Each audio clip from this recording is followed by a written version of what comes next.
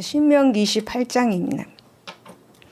엄청나게 길죠. 68절까지 있습니다. 그래서 1절에서 14절을 보면은 순종하는 자가 받을 축복에 대해서 나오고, 그 다음에 이제 15절에서 68절까지는 불순종하는 자가 받을 저주에 대해서 나옵니다.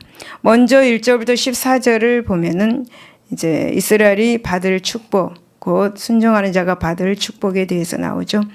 여러분, 구약의 축복과는 신약의 축복관과 그 내용에 있어서 많이 차이를 보이고 있습니다. 이것은 구약 시대가 계시 발전의 초기 단계였기 때문입니다. 그렇기 때문에 구약 시대에는 눈에 보이는 현실적이고 그리고 실제적인 축복, 특히 물질 축복이 가장 큰 하나님의 축복으로 여겨졌습니다. 여기 본문이 바로 그런 구약 축복의 전형을 보여주고 있습니다. 그러나 예수 그리스도께서 오시고 하나님의 구원 계시를 완성하신 신약 시대의 축복은 내세적이고 영원하고 영적인 것입니다. 이것은 신약 사도들의 삶과 교훈을 통해서도 분명하게 나타나고 있습니다.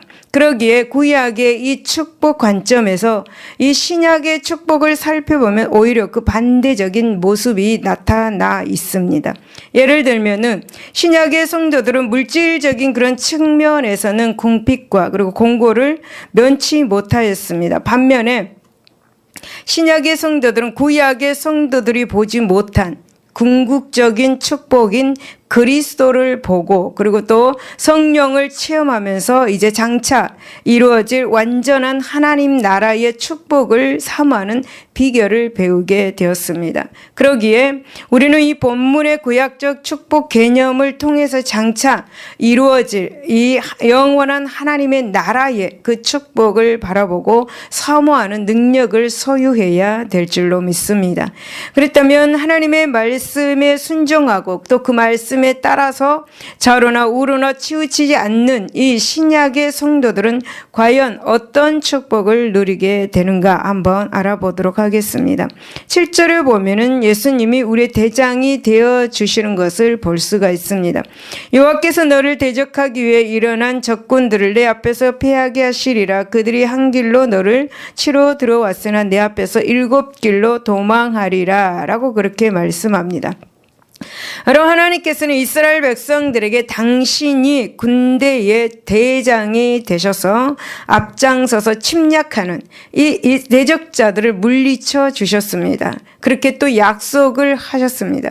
실제로 출애굽기 14장 14절에 보면 하나님께서는 이스라엘 백성들을 위해서 그렇게 당신이 친히 전사가 되어 주셔서 바로의 군사들을 홍해에 수장시키는 모습을 보게 됩니다.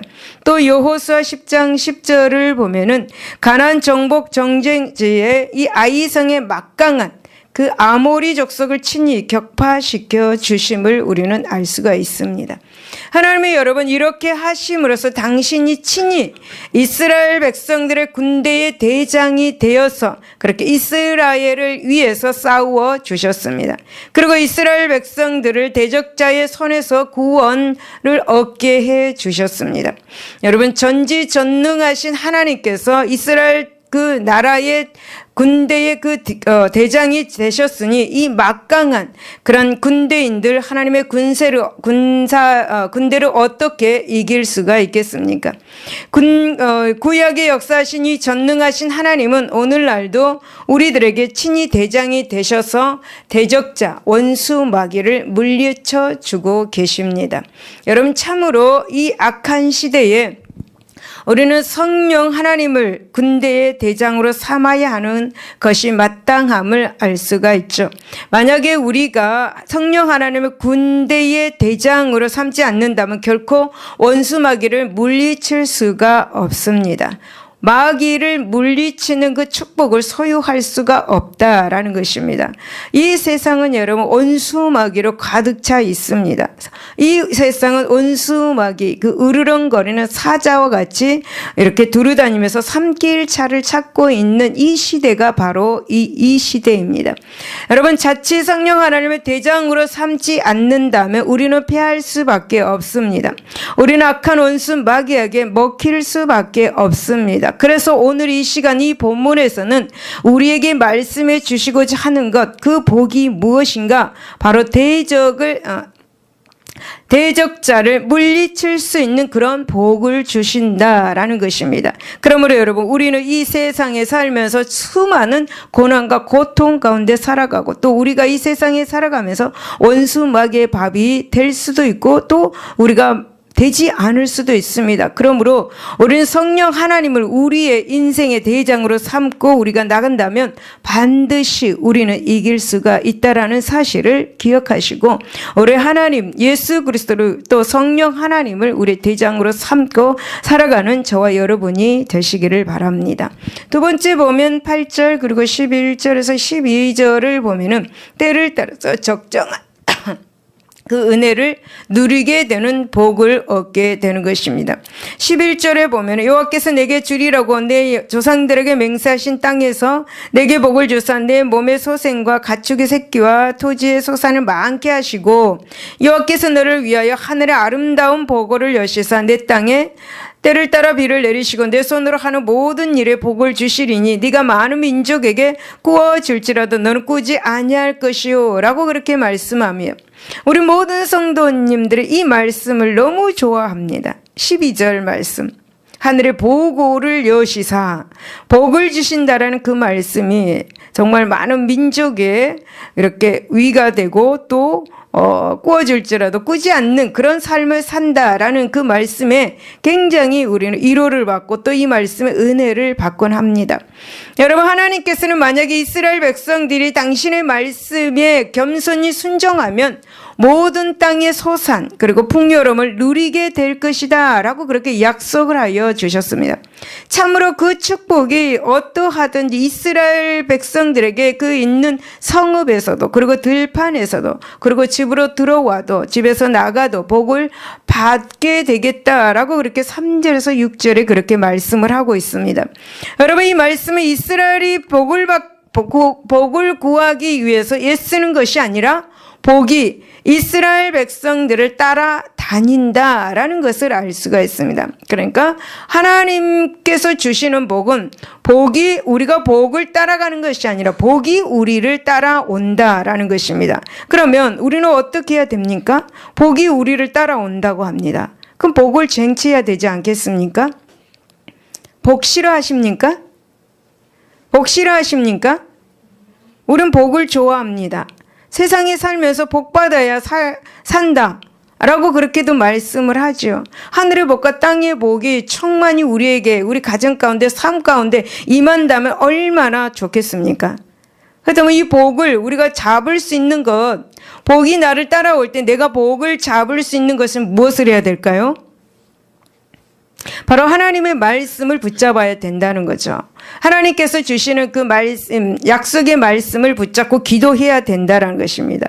그래서 이스라엘 백성들에게 필요한 그 비를 그들에게 적절히 주시겠다, 그리고 약속하고 또 우리에게도 약속을 하셨습니다. 너희들에게 때를 따라 적절한 은혜를 주시겠다라고 그렇게 말씀하셨죠.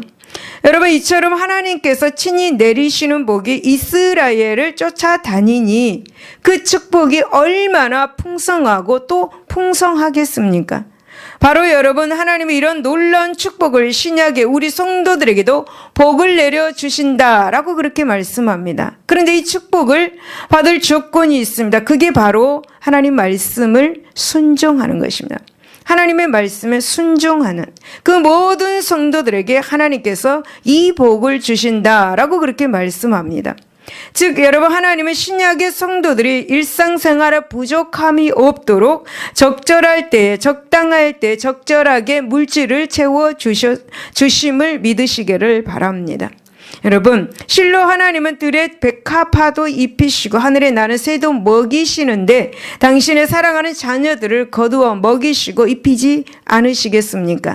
여러분, 하나님은 모든 것을 주시는 분이십니다.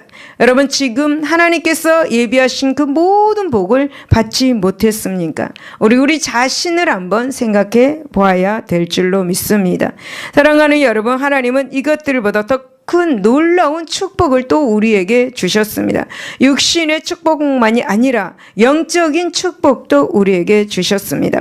이 축복은 구약의 이스라엘 백성들은 이 축복을 받지 못했습니다. 무엇이겠습니까? 그것은 바로 하늘의 신령한 복, 그리고 모든 축복 가운데 가장 축복인 성령을 선물로 우리가 받았습니다. 성령을 선물로 우리에게 보내주셨습니다. 바로 성령을 주셨다라는 것, 그게 바로 큰 축복 중에 하나인 것이죠.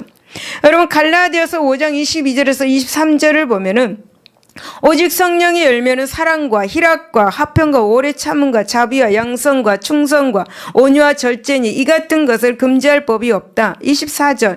그래서 예수의 사람들은 육체와 함께 그 정욕과 탐심을 십자가에 못 박았느니라. 만일 우리가 성령으로 살면 또한 성령으로 행할지니 라고 그렇게 말씀합니다.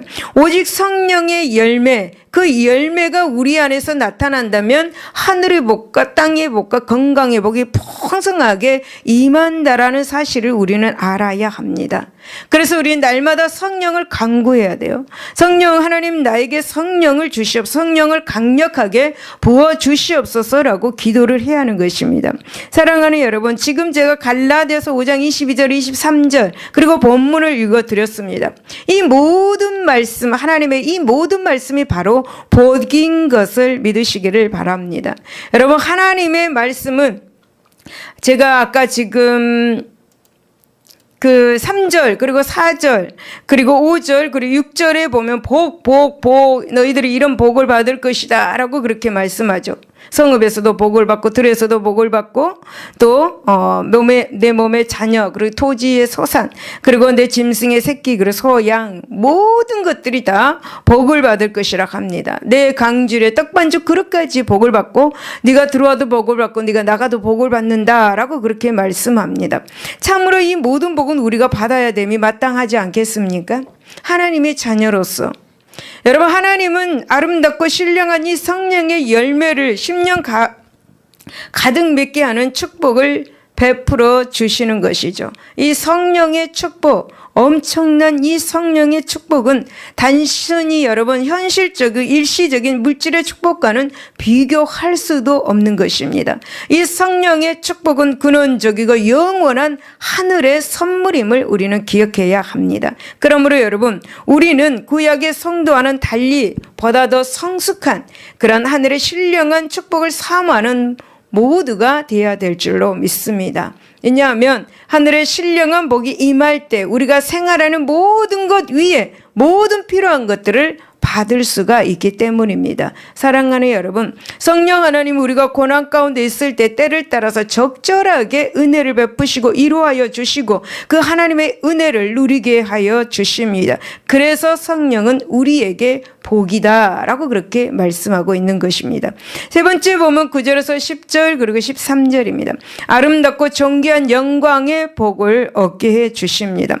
여호와께서 내게 맹세하신 대로 너를 세워 자기의 성민이 되게 하시리니 이는 네가 내 하나님 여호와의 명령을 지켜 그 길로 행할 것임이라. 땅의 모든 백성이 여호와 이름이 너를 위하여 불리는 것으로 보고 너를 두려워하리라 라고 그렇게 말씀합니다. 그리고 13절에 보니까 여호와께서 너를 머리가 되고 꼬리가 되지 않게 하시며 위에만 있고 아래에 있지 않게 하시리니 오직 너는 내가 오늘 내게 명령하는 내 하나님 여호와의 명령을 듣고 지키고 행하라 라고 그렇게 말씀합니다. 하나님의 말씀을 듣고 순종하고 지키고 행하는 자에게 이러한 복을 주신다는 거죠. 하나님 말씀을 듣고 행하는 자에게 아름답고 존귀한 영광의 복을 주신다라고 그렇게 말씀하고 있습니다. 여러분, 하나님께서는 이스라엘에 당신의 말씀에 순종하면 땅에서 천하 만민 위에 존귀케 되고 그리고 모든 민족의 머리가 될지언정 꼬리가 되지 않게 하시겠다라고 약속을 하여 주셨습니다. 다시 말씀을 드리면 땅 위에서 존귀하고 그리고 뛰어난 명성과 영광을 얻게 하시겠다라는 그런 말씀이죠. 이들이 이스라엘 백성들이 지금 가나안 땅에 들어갔을 때 이 축복을 주시겠다고 그렇게 말씀을 하고 있는 것입니다. 여러분, 비록 이스라엘은 작고 연약합니다. 하지만 그렇게 그 배 위에 천지의 주제이신 그 하나님이 계심으로 땅의 모든 족속들은 이스라엘 백성들 앞에서, 이스라엘 나라의 그 앞에서 두려워서 떨었습니다. 그래서 이스라엘은 그들 위에 찬란한 영광을 드러내면서 군림할 수 있는 그 나라가 바로 이스라엘 나라, 하나님의 나라, 선민들이 살고 있는 그 나라에 하나님께서는 복을 주신다라고 그렇게 말씀합니다. 여러분, 실제로 이스라엘은 하나님의 말씀을 청정하여서 다윗과 솔로몬 시대 주변의 모든 이방 나라들을 그렇게 부속시켜 주셨습니다. 그리고 다윗과 솔로몬 시대의 번영과 영광의 황금기를 맞이하게 해 주셨습니다. 여러분, 마찬가지로 이런 축복은 우리들에게도 마찬가지입니다. 여러분, 비록 우리들이 이 땅에서는 나그네라, 미천한 자라, 그리고 정말 여김 그렇게 받을 때도 있습니다. 그러나 하지만 끝까지 이 하나님의 말씀을 믿고 그 하나님의 말씀을 실천하고 그렇게 지켜나갈 때 우리는 하나님께서는 우리에게 구약에 주시는 그 하나님의 말씀을, 그 축복을 우리에게도 주시는 것 믿으시기를 바랍니다. 항상 좌로나 우로나 치우침이 없이 천성을 향해서 달려나가는 자들에게 하나님께서는 이 땅에서도 영광을 맛보게 하시고 아름다운 존귀한 그런 영광을 맛보게 하시는 것을 믿으시기를 바랍니다. 사랑하는 여러분, 이것은 세상 마지막 날 천하의 모든 불신자들이 몸서리치게 삼하는 그 영광과 존귀인 것을 여러분 믿으시기를 바랍니다. 그래서 여러분, 사도 바울도 잠시 잠깐 후에 참여할 이 놀라운 영광의 자리를 사모하면서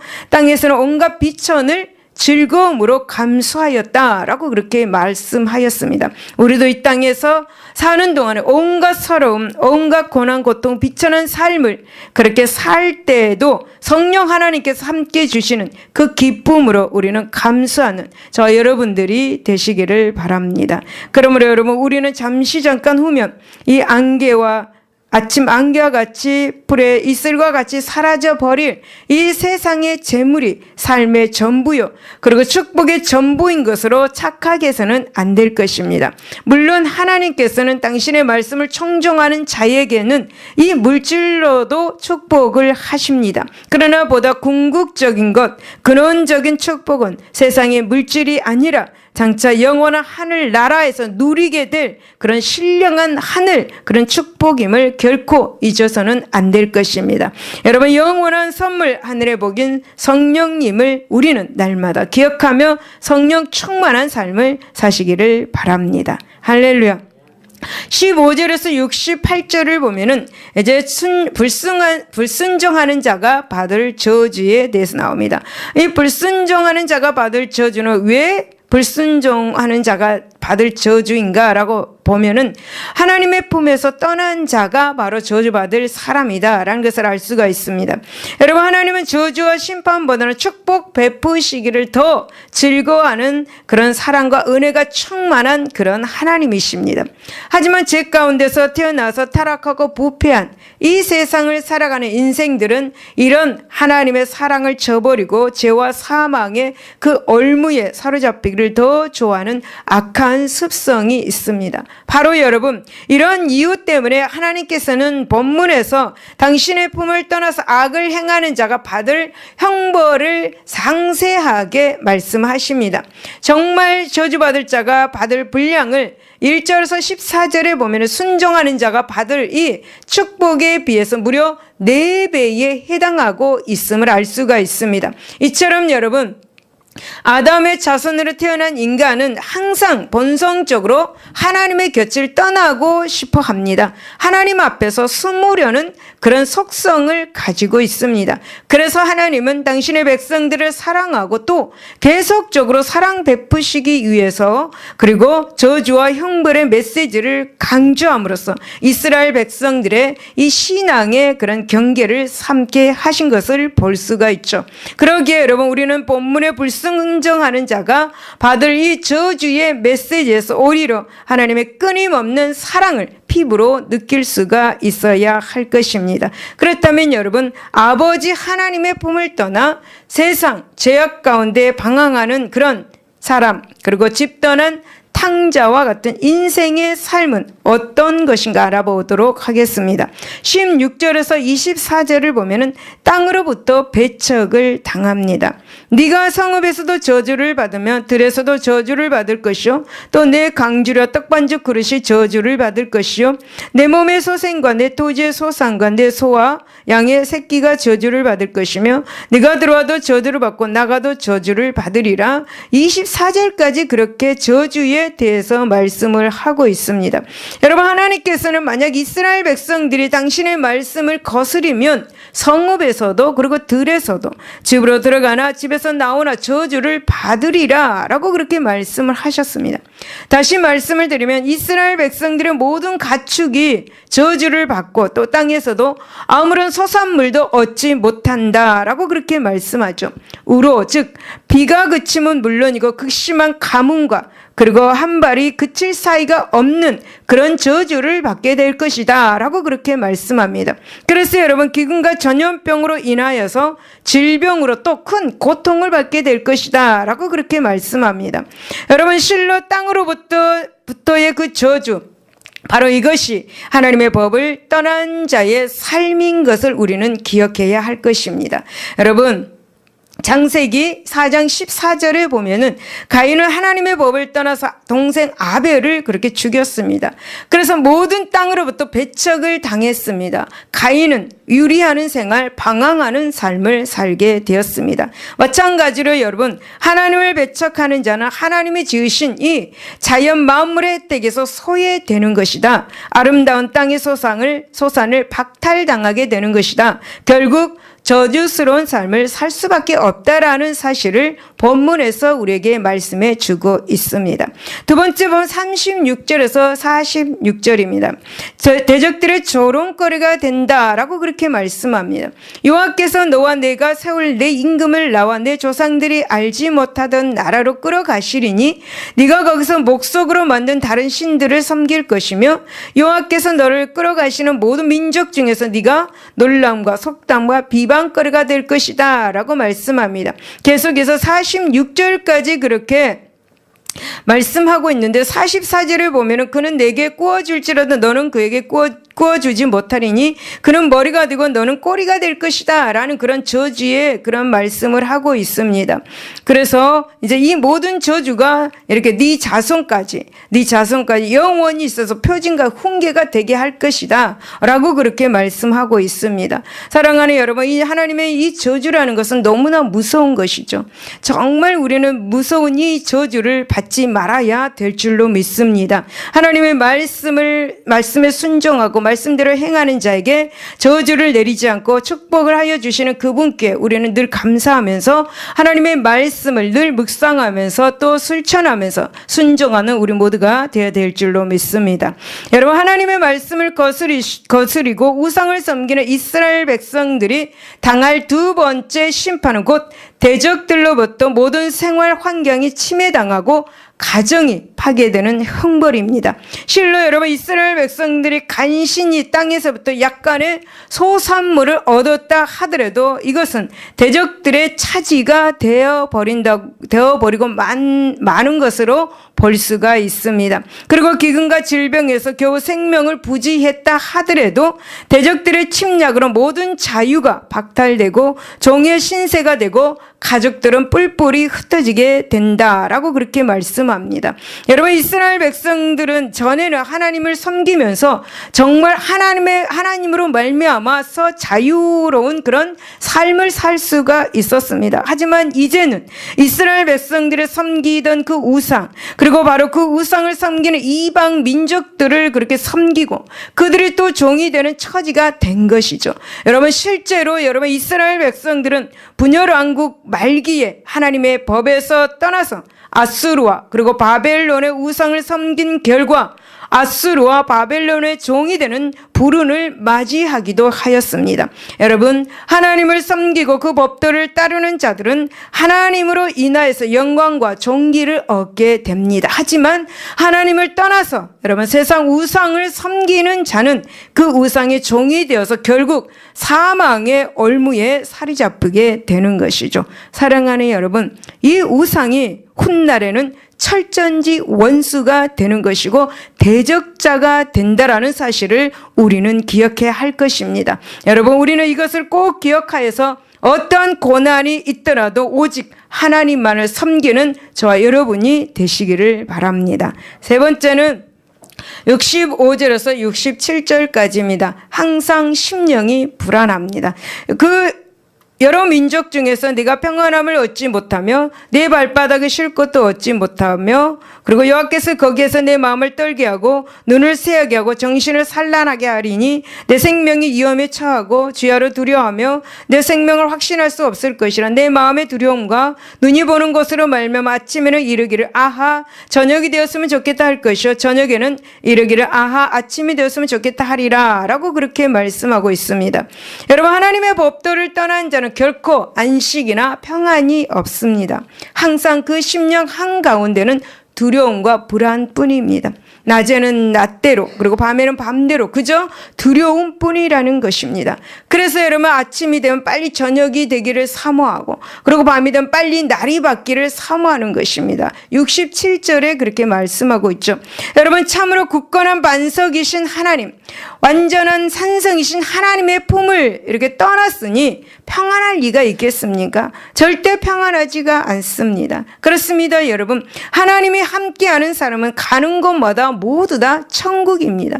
매 순간순간이 기쁨이고 매 순간순간이 즐거움 뿐입니다. 그래서 사도행전 16장 25절에 보면 바울과 실라도 빌립보 감옥에서 그 어려운 상황에 있음에도 불구하고 숱한 매를 맞음에도 불구하고 하나님을 찬양하는 그런 평안을 얻을 수가 있었습니다. 사랑하는 여러분, 스승을 판 가룟 유다 어떻습니까? 돈은 손에 넣었지만 그 심령의 평안을 얻지 못하고 결국 스스로 목숨을 끊었습니다. 이와 같이 하나님의 법을 떠난 자는 근본적으로 그 심령의 평안을 얻지 못하는 것입니다. 왜냐하면 하나님의 법은 영원한 생명을 보장하는 그런 법이기 때문입니다. 이런 영생의 법들을 떠났으니 그 심령은 자신도 모르는 사이에 본능적으로 여러분 영원한 사망의 두려움을 느끼기 때문입니다. 여러분, 전도서 3장 11절로 하나님의 모든 것을 지으시되 때를 따라 아름답게 하셨고 또 사람들에게는 영원을 사모하는 마음을 주셨다라고 그렇게 말씀합니다. 그래서 여러분, 주님은 마태복음 11장 28절에서 세상의 근심 걱정에 사로잡힌 자들에게 당신께 나아오도록 복음의 길 생명의 길로 그렇게 초대하시면서 당신만이 영원한 쉼과 안식을 베푸는 유일한 분이심을 가르치고 있는 것입니다.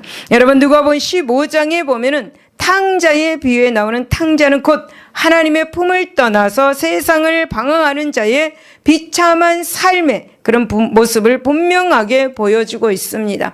여러분, 하나님의 품을 떠난 자의 삶은 이와 같이 저주와 파멸의 연속입니다. 이들은 땅으로부터 아름다운 소산을 산물을 얻을 수가 없습니다. 탕자도 한때는 아베의 돈과 재산으로 풍족한 삶을 누렸습니다. 하지만 결국 계속되는 그런 흉년으로 생기를 이을 길이 없이 돼지가 먹는 식물인이 지엄예매를 고픈 배를 채웠습니다. 그러나 아버지의 품을 떠난 탕자는 이런 극심한 고초를 당했죠. 결국 탕자는 아버지의 집이 따뜻함 그리고 평안함 그리고 풍족함이 있음을 알고 회개하는 마음으로 다시 아버지의 집으로 돌아가는 결단을 내렸습니다. 그렇다면 성도 여러분, 혹시 지금 우리는 아버지 하나님의 품을 떠난 그런 바로 이 탕자와 같은 삶을 살고 있지 않은지 우리 자신을 한번 생각해 보아야 될 줄로 믿습니다. 바로 지금 이 순간 다시 하나님 아버지에게로 돌아갈 유일한 순간임을 우리는 기억하시기를 바랍니다. 바로 지금 이 순간도 예태우시고 또 집 나간 자녀가 돌아오기만을 손꼽아 기다리는 하나님 아버지의 품으로 들어오시는 저와 여러분이 되시기를 바랍니다. 할렐루야. 기도하겠습니다.